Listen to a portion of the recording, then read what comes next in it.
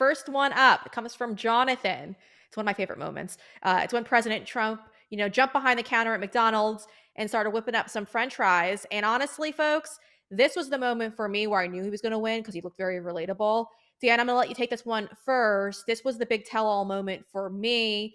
What do you remember when you remember seeing President Trump go back there and French, like whipping out some French fries, flipping some burgers, handing the to-go orders out by the window. I mean, it was pretty impressive. It was, and, coupled with the garbage truck stunt, it was just masterful marketing from a perspective of, like, relating to the people and the people having a good laugh. He probably knew that people were gonna laugh at him and laugh with him, and that's one of the things that we love so much about Donald Trump. And, I'll be honest, I think when the campaign started back in 2023, a long time ago, it felt a little low energy. It didn't have the same, vibe that 2016 had and 2020. But I think he really finished on a high note and really just like it was a slow burn. And by the end, it was a crescendo. And these last moments of the campaign were really beautiful to see. And it was nice to laugh again with Donald Trump.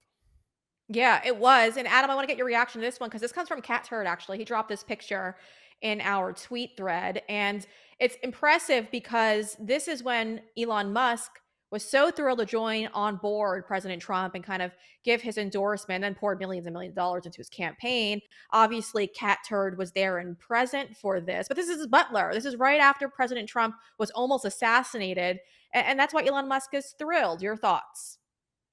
My thoughts are, what a bold move. Elon is on stage, next to the guy they shot last time he was there, jumping up and down, almost as if like, "I'm here, I'm standing next to you."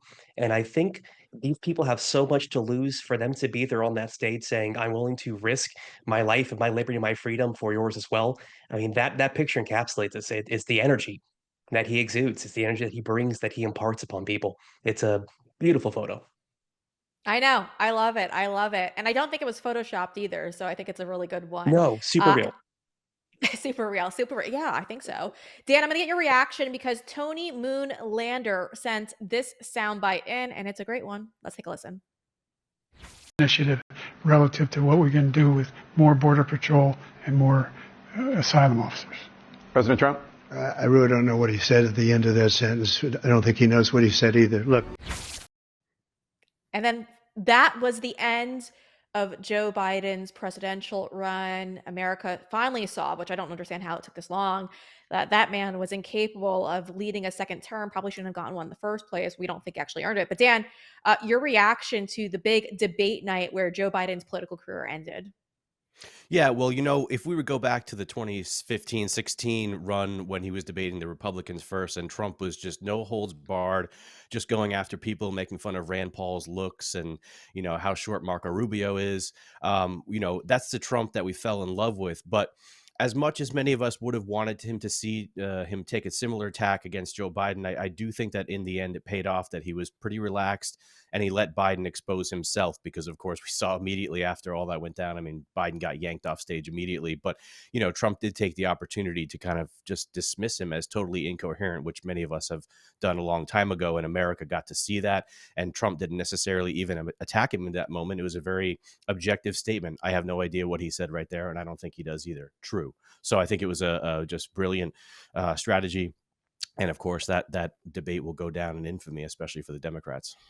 Yeah, and I think it was really the moment, and there was just that story too in the Washington Post, which is laughable. Adam, like if you want to react to it, you can, because Joe Biden is apparently going around telling people that he probably shouldn't have dropped out of the race after that horrible debate performance, and that he should have stayed in because Kamala Harris did so bad during her performance during the election. But Adam, I don't think he would have done any better. I mean, his internal polling showed that he was going to lose by at least 400 electoral college votes. So what the heck is this guy thinking? Well, I don't know what declined faster, his mental faculties or the country under his reign. And I think everyone felt that and saw that on a day at a time for the past 4 years. And when they saw what this man is, where he was mentally, and how much he had declined and how much the media had covered it up, what option did they have other than to replace him? They had kept him under keeps, under wraps, under guard for years. I mean, it was the investigation that came out where he couldn't draw a clock. You remember this, right? And Mhm. we got all this information, and then all of a sudden, we see this man on stage completely, like, debilitated. And Trump, the gentleman he is, like, he's not gonna kick an opponent who's, should be in not hospice. So, Yeah. what was he supposed to do other than cut their ties and put someone else in. Biden stood no chance after that. Yeah, no, it was over for him. It's pretty delusional too that he continues to say that he thought he should win. If he, well, he should have stayed in if he, and he would have won. I don't even understand that mindset. But I want to get to this next one because this is again another image of how relatable President Trump is. This one comes from Ed. It's President Trump when he rented a dumpster truck and it's going around with Trump's logo on the side of it because obviously Joe Biden had one of his senior moments and pretty much called Trump supporters trash.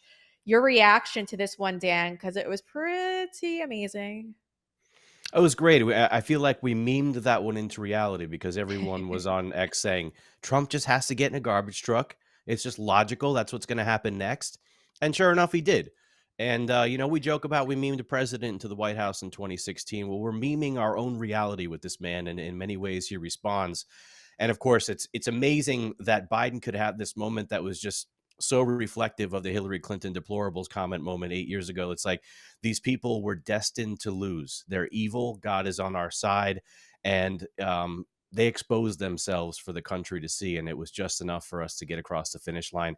I'll be honest, I wasn't optimistic. I thought they would steal this one again, but maybe the wave was just too powerful for them to stop. And just feeling really good and optimistic about what's to come in the coming weeks here. Yeah, and it's going to be a good one. Political A actually put in this one on our Twitter thread, and I love it, of course. It's that moment when we finally were able to officially call the election on election night for President Donald Trump. Adam, where were you when this call was made? Because I was in a studio full of people, and everyone was very excited about this one. I was actually in my house. The family was asleep. I was up late. I think it was 12:30 at night. I bought a bottle of Trump champagne in Vegas from one of his hotels. I've been holding on to it for about a year and a half. And I said, I'm either pouring it out election night or I'm popping it.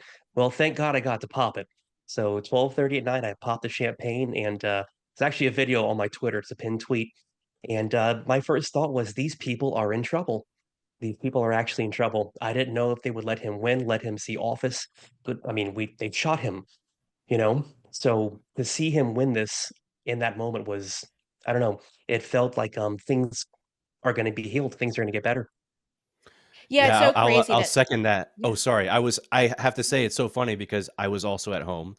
My family was asleep, and I had a bottle of Trump champagne waiting as well. So great minds think alike. This was my first presidential election with Trump in it. Actually, living in the country, I've been living outside the country for many years, so I've had to stay up till extremely late in Europe for the past two elections, and this time I got to go to bed by 3 or 4, which was a luxury. But it was really, really joyous, and that Trump champagne was flowing as well. Yes, Wow. sir. Were you guys together? You can let us know.